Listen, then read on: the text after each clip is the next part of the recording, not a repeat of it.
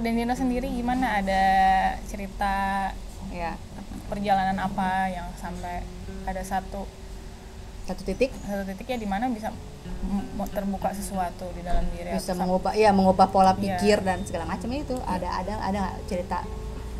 Jadi Berapa memang istilahnya titik balik ya kita bilang ya. Iya, titik Karena balik. istilahnya dulu itu kehidupan gue terus terang itu sangat parah, sangat luar biasa lah kita bilang. Kenakalan yang terjadi itu yang saya lakukan juga sangat luar biasa menurutku. Sehingga saya dikasih dengan satu, saya merasa was-was dalam hati itu ada apa ya. Kenapa ada saya was-was? Karena saya nggak tahu apa. Ini awal-awalnya.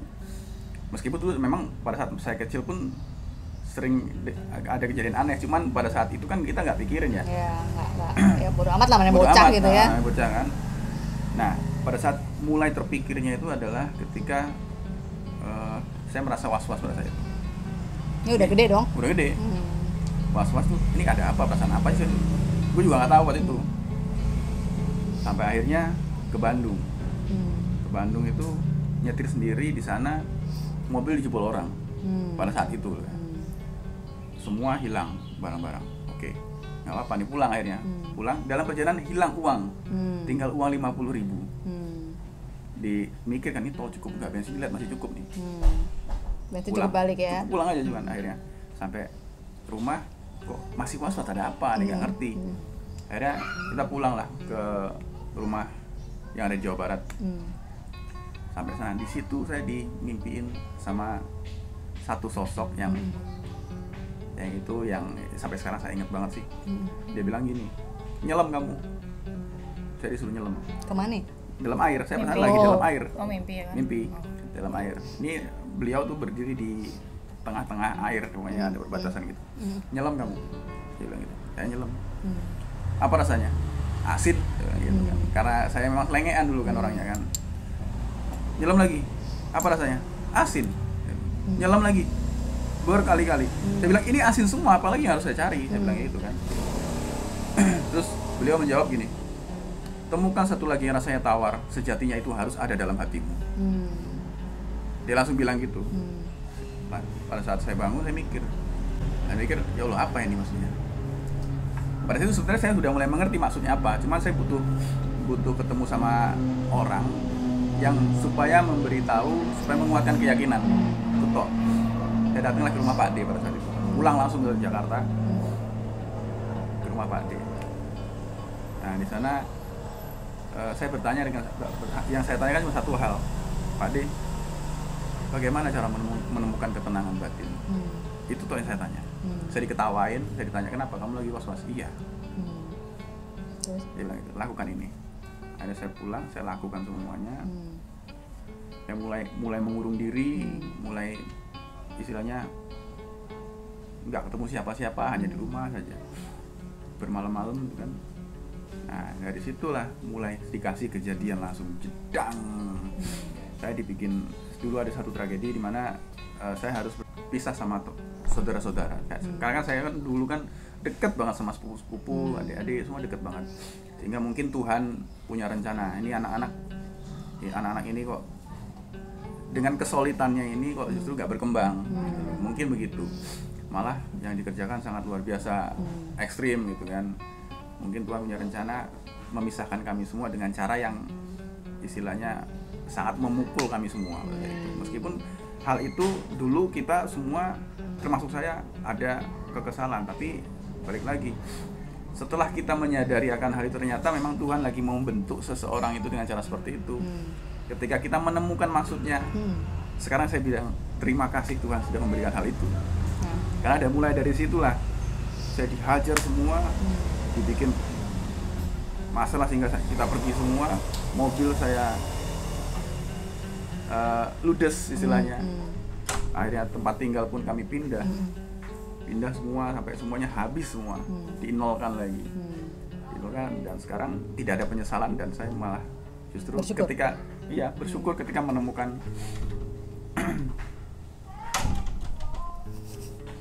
ketika menemukan maksud dari Tuhan, kenapa saya diberikan seperti itu.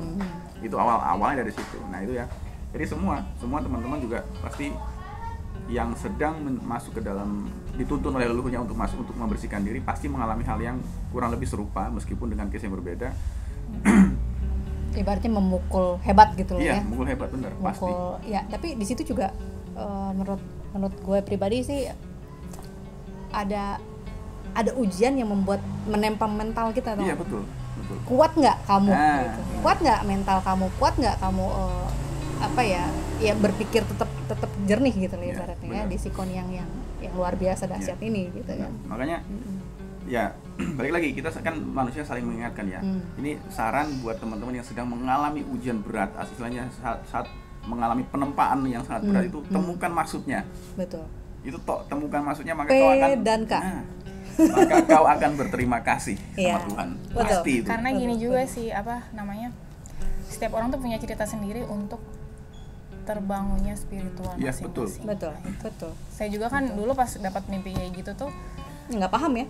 nggak tahu soal meditasi, belajar lewat online. Dari kalau memang wirid kan memang udah suka wirid, cuman tidak sefokus itu. Belajar meditasi karena ya tenang itu di mana, bagaimana Iya. gitu. Ternyata memang ya itu terbangunnya spiritual untuk mempelajari sesuatu dan untuk melibatkan Tuhan dalam Segala hal. kita segala hal. Itu harus, itu melibatkan Tuhan harus banget.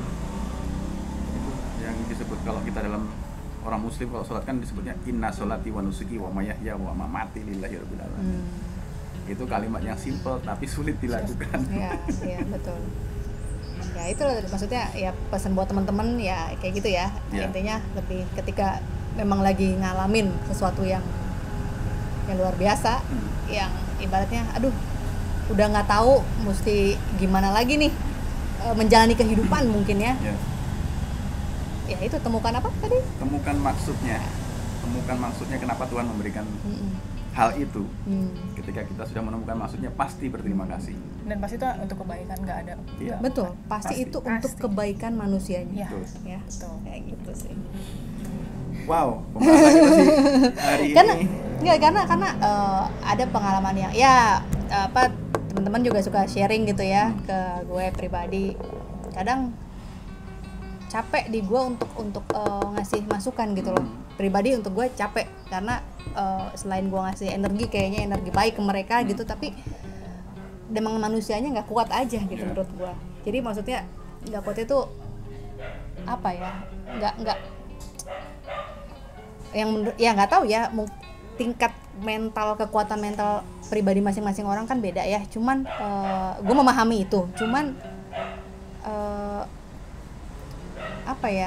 mereka hanya melihat hidupnya sendiri gitu loh.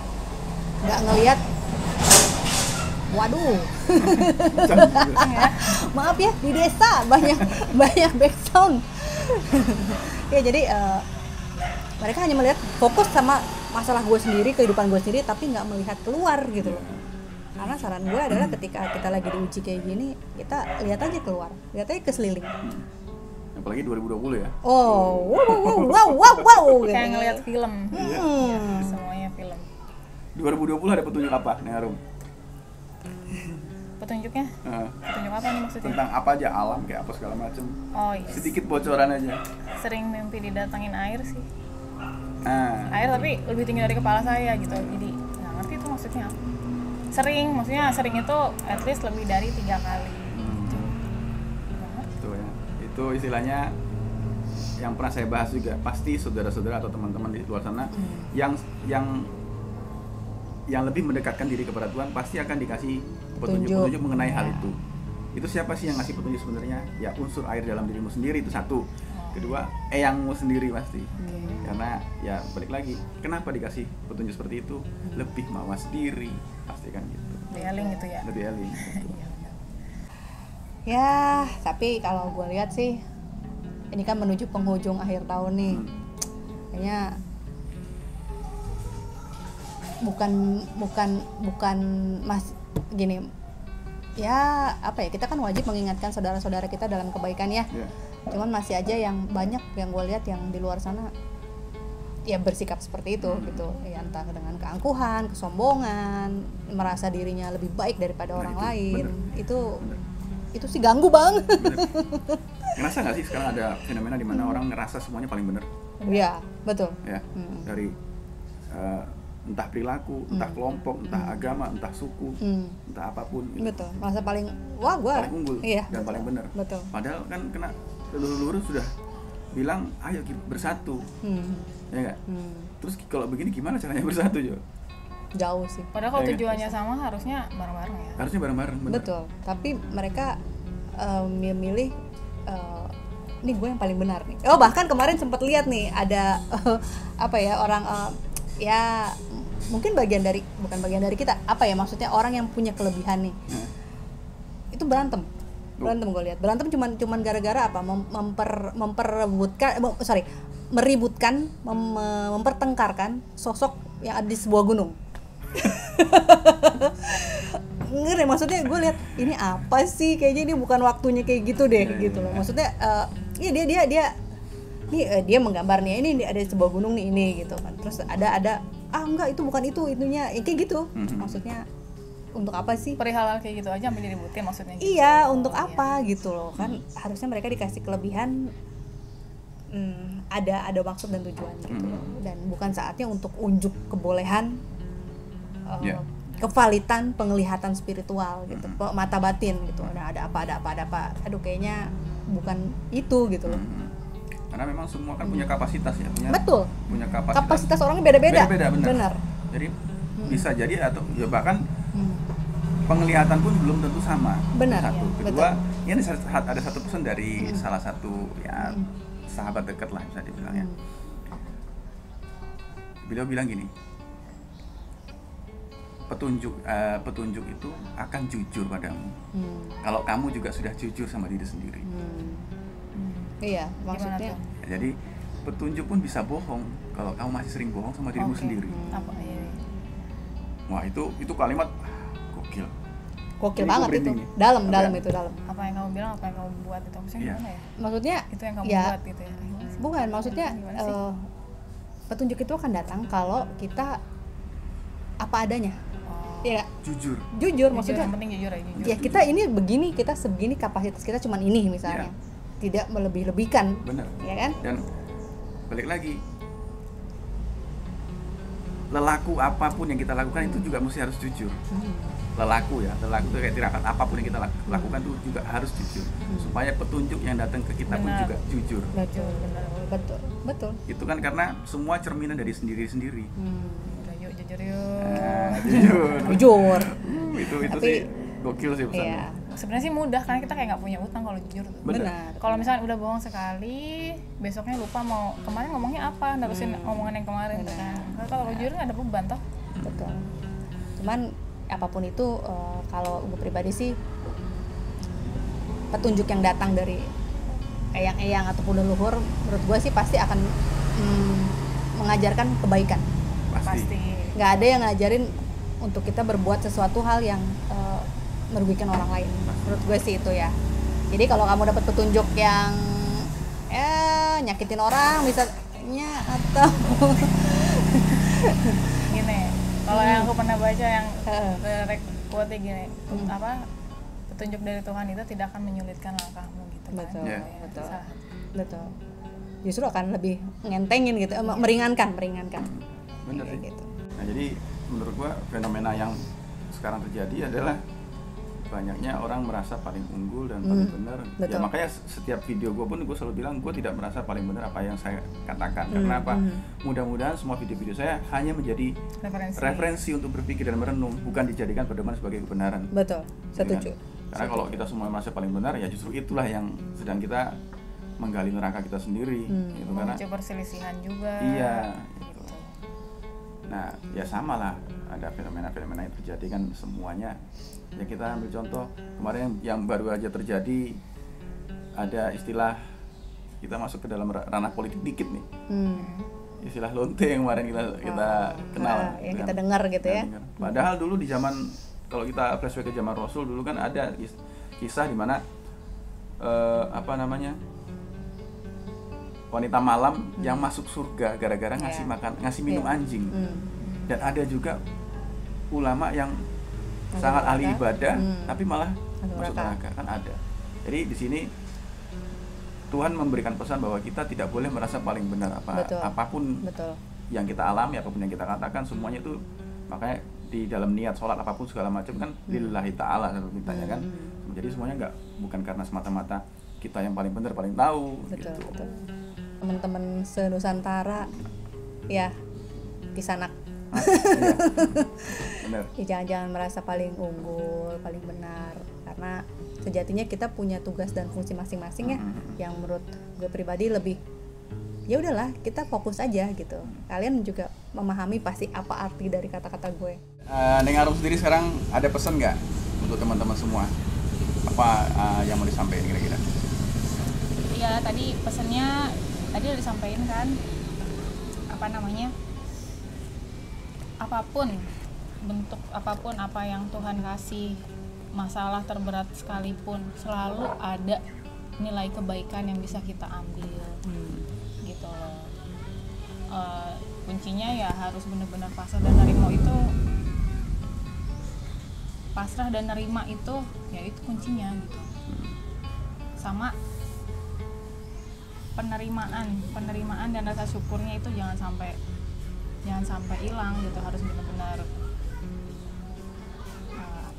nerima Tuhan, saya terima ini. Harus benar-benar mengena dari hati gitu lah ya. Iya, benar. Nah, kalau dari Ses ya kita ini aja sih, jangan merasa lebih daripada orang lain gitu, jangan merasa lebih unggul, lebih hebat, lebih berkuasa, lebih apalah daripada orang lain.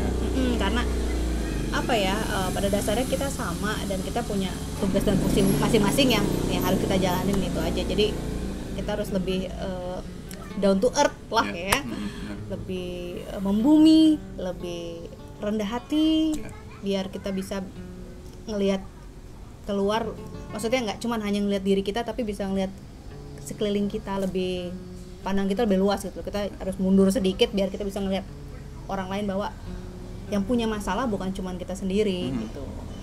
Ya ada rasa tenggang rasa lah ya. Ya, nah itu lah. Kalau kita ingat sebenarnya adalah kayak down to earth, ramah atau tegang rasa, gotong royong. Ini sebenarnya adalah sifat sejati dari orang-orang Nusantara sebenarnya ya. Betul. Kalau dulu orang mengenal di luar sana adalah ciri dari orang Indonesia itu apa? Ramah. Ya, itu sebenarnya tanpa sadar itu adalah sifat asli orang kita. Betul. Ya. Dan sekarang itu udah langka banget. Kecuali di desa-desa lo temuin gitu masih ada orang-orang ramah gitu. Luntur kalau saya bilang. Makanya ayo kita semua sama-sama kita kembali ke sifat asli orang-orang Nusantara, yang dimana kita mengenal ramah, kita mengenal juga gotong royong. Nah, terus apa namanya lagi ya? Banyak senyum aja. Kita kadang kita nggak ketemu orang kan jarang ya. Ya papasan kalau zaman dulu kayaknya ya saling senyum, maksud nggak kenal juga kita senyum gitu kan. Ya, senyum aja, banyak-banyak senyum, smile gitu. Ya. Pokoknya pesannya adalah ayo kita kembali ke sifat asli Nusantara. Itu aja semuanya ya. Rahayu.